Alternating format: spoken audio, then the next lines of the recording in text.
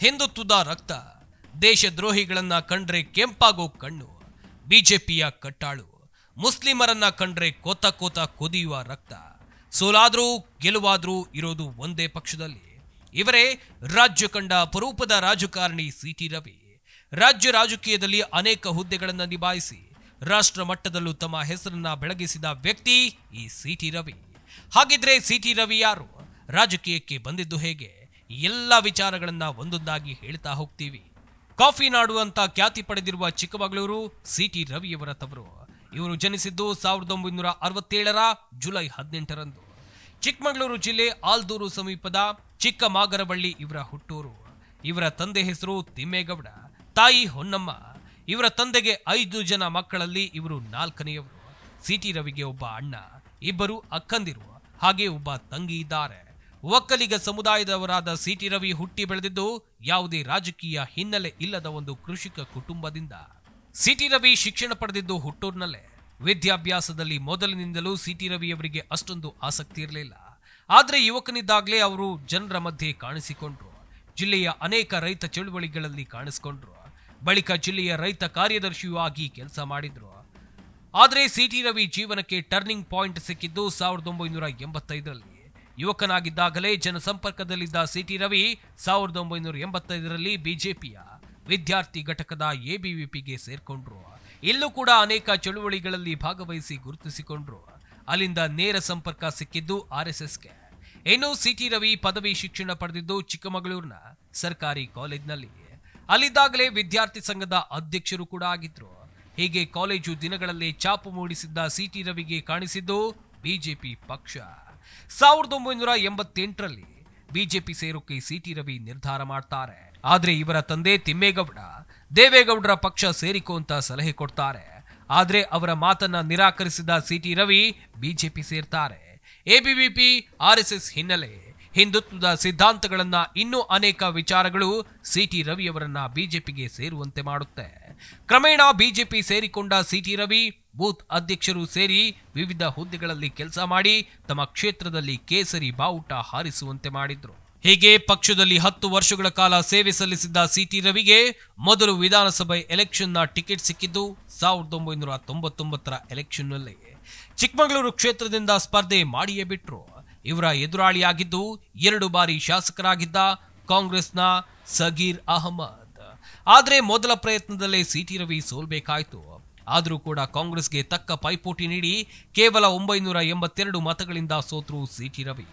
ಇದಾದ್ಮೇಲೆ ಪಕ್ಷದ ಕೆಲಸವನ್ನೇ ಮಾಡ್ತಾ ಇದ್ದ ಸಿಟಿ ರವಿಗೆ ಮತ್ತೆ 2004ರಲ್ಲೂ ಸ್ಪರ್ಧೆ ಮಾಡುವ ಅವಕಾಶ ಸಿಕ್ತು. ಆಗ ಎದುರಾಳಿಯಾಗಿದ್ದು ಕೂಡ ಕಾಂಗ್ರೆಸ್ನ ಸಗೀರ್ ಅಹಮದ್. ಅದಾಗಲೇ ಎಸ್ಎಂ ಕೃಷ್ಣ ಸರ್ಕಾರದಲ್ಲಿ ಮಂತ್ರಿಯಾಗಿದ್ರು. ಇವರ ಎದುರು 2ನೇ ಬಾರಿ ನಿಂತ ಸಿಟಿ ರವಿ ಬರೋಬ್ಬರಿ 25,000 ಮತಗಳ ಅಂತರದಿಂದ ಗೆದ್ದು ದೊಡ್ಡ ಜಯಬೇರಿಯನ್ನ ಬಾರಿಸಿದ್ರು. ಇಲ್ಲಿ ಸಿಟಿ ರವಿ ಗೆಲುವಿಗೆ ಮುಖ್ಯ ಕಾರಣವಾಗಿದ್ದೆ ದತ್ತಪೀಠ ವಿವಾದ ಹಾಗೂ ಹಿಂದುತ್ವದ ವಿಚಾರಗಳು. ಒಂದು ಸಲ ಗೆದ್ದ ಮೇಲೆ ಕ್ಷೇತ್ರವನ್ನ ತಮ್ಮ ಹಿಡಿತದಲ್ಲೇ ಇಟ್ಟುಕೊಂಡ ಸಿಟಿ ರವಿ 2008ರಲ್ಲಿ ಕ್ಷೇತ್ರ ಬದಲಾಯಿಸೋಕೆ ಚಿಂತಿಸಿದ್ರು. ಯಾಕಂದ್ರೆ 2008ರಲ್ಲಿ ಕ್ಷೇತ್ರಗಳು ಪುನರ್ವಿಂಗಡಣೆ ಆದಾಗ ಇವರ ಕ್ಷೇತ್ರದ ಕೆಲ ಹೋಬಳಿಗಳು ಬೇರೆ ಕ್ಷೇತ್ರಕ್ಕೆ ಸೇರಿದ್ವು.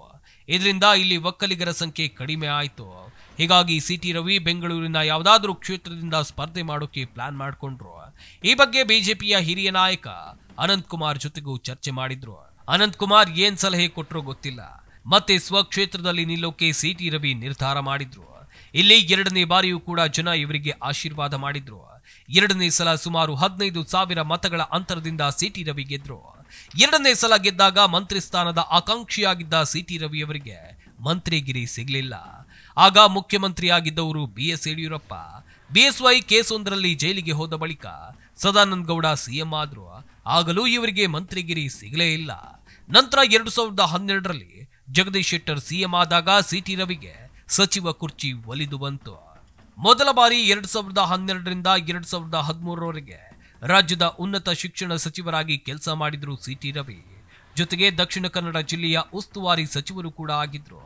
ಇದಾದ ಬಳಿಕ 2013ರ ಚುನಾವಣೆಯಲ್ಲಿ BS ಯಡಿಯೂರಪ್ಪ ಕೆಜೆಪಿಯಿಂದ ಬಿಜೆಪಿಗೆ ದೊಡ್ಡ ಹೊಡೆತ ಬಿತ್ತು. ಆಗ ರಾಜ್ಯದಲ್ಲಿ ಗೆದ್ದ ಕೆಲವು ಶಾಸಕರಲ್ಲಿ ಸಿಟಿ ರವಿ ಕೂಡ ಒಬ್ರು. 3ನೇ ಬಾರಿಯೂ ಚಿಕ್ಕಮಗಳೂರು ಕ್ಷೇತ್ರದಿಂದ ಸ್ಪರ್ಧೆ ಮಾಡಿ ಸುಮಾರು 11,000 ಮತಗಳಿಂದ ಗೆದ್ದು ಹ್ಯಾಟ್ರಿಕ್ ಸಾಧಿಸಿದ್ರು ಸಿಟಿ ರವಿ. ಆದರೆ ಆಗ ಕಾಂಗ್ರೆಸ್ ಸರ್ಕಾರ ಬಂದ ಕಾರಣ ವಿರೋಧ ಪಕ್ಷದಲ್ಲಿ ಇರಬೇಕಾಯಿತು.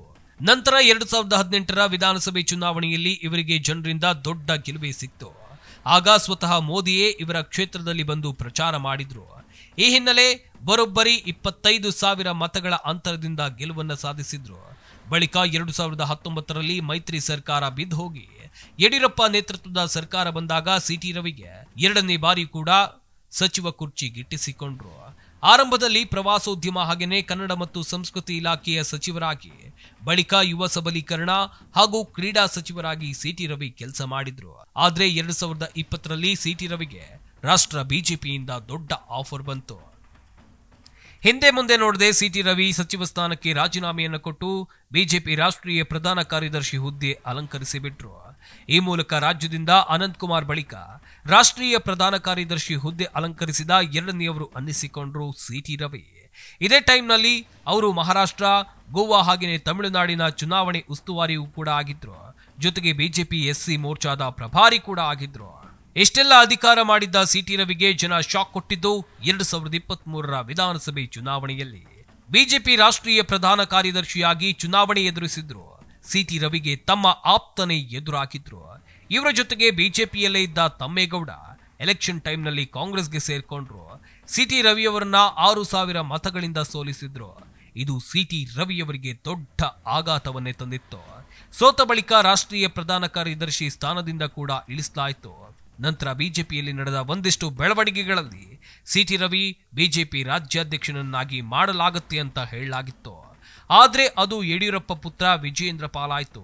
ನಂತರ 2024ರ ಲೋಕಸಭೆ ಚುನಾವಣೆ ಟಿಕೆಟ್ ಕೂಡ ಕೇಳಿದ್ರು. ಇಲ್ಲೂ ಕೂಡ ಸಿಟಿ ರವಿಗೆ ಟಿಕೆಟ್ ಕೊಡದೆ ಬಿಜೆಪಿ ಶಾಕ್ ಕೊಡ್ತು. ಬಳಿಕ ಇವರನ್ನ ಬಿಜೆಪಿ ರಾಜ್ಯದಲ್ಲಿ ಎಂಎಲ್ಸಿ ಮಾಡಿ ಮತ್ತೆ ವಿಧಾನಸೌಧದ ಮೆಟ್ಟಿಲು ಹತ್ತುವಂತೆ ಮಾಡ್ತು. ಇನ್ನು ಸಿಟಿ ರವಿ ತಮ್ಮ ಕುಟುಂಬದವರನ್ನ ಎಲ್ಲೂ ರಾಜಕೀಯವಾಗಿ ಮುಂದೆ ತಂದೋರಲ್ಲ. ಇವರ ಪತ್ನಿ ಹೆಸರು ಪಲ್ಲವಿ. 2001ರಲ್ಲಿ ಇವರು ಶಾಸಕರಾಗೋ ಮುಂಚೆನೆ 34ನೇ ವಯಸ್ಸಿನಲ್ಲಿ ಮದುವೆಯಾದ್ರು. ಇವರ ಪತ್ನಿ ಪಲ್ಲವಿ ಕೂಡ ಉತ್ತಮ ವಾಲಿಬಾಲ್ ಆಟಗಾರ್ತಿ, ರಾಜ್ಯ ಮಟ್ಟದಲ್ಲಿ ಗುರುತಿಸಿಕೊಂಡವರು. ಸಿಟಿ ರವಿಗೆ ಸಮರ್ಥ ಮತ್ತು ಸಾರ್ಥಕ್ ಎಂಬ 2 ಗಂಡು ಮಕ್ಕಳಿದ್ದಾರೆ. ಅಲ್ಲದೆ ಇವರ ಒಟ್ಟು ಆಸ್ತಿ 6.4 ಕೋಟಿ ಅಂತ ಕಳೆದ ಬಾರಿ ಚುನಾವಣೆಯಲ್ಲಿ ಘೋಷಿಸಿಕೊಂಡಿದ್ರು ಸಿಟಿ ರವಿ. ಸಿಟಿ ರವಿ ಎಂಥ ಸಂದರ್ಭದಲ್ಲೂ ಬಿಜೆಪಿಗಾಗಿ ಸೇವೆ ಸಲ್ಲಿಸಿದವರು. ಹೀಗಾಗಿ ಇವರು ಸೋತ್ರು ಕೂಡ ಎಂಎಲ್ಸಿ ಸ್ಥಾನವನ್ನು ನೀಡಲಾಯಿತು. ಸದ್ಯ ಎಂಎಲ್ಸಿ ಆಗಿರೋ ಇವರು ಲಕ್ಷ್ಮಿ ಹೆಬ್ಬಾಳ್ಕರ್ ವಿಚಾರದಲ್ಲಿ ಸಣ್ಣ ವಿವಾದವನ್ನ ಮಾಡಿಕೊಂಡು ಅರೆಸ್ಟ್ ಕೂಡ ಆಗಿದ್ರು. ಈ ವೇಳೆ ಅವರಿಗೆ ಪೊಲೀಸರು ಚಿತ್ರಹಿಂಸೆಯನ್ನ ನೀಡಿದ್ರು ಎನ್ನುವಂತ ಆರೋಪ ಇದೆ.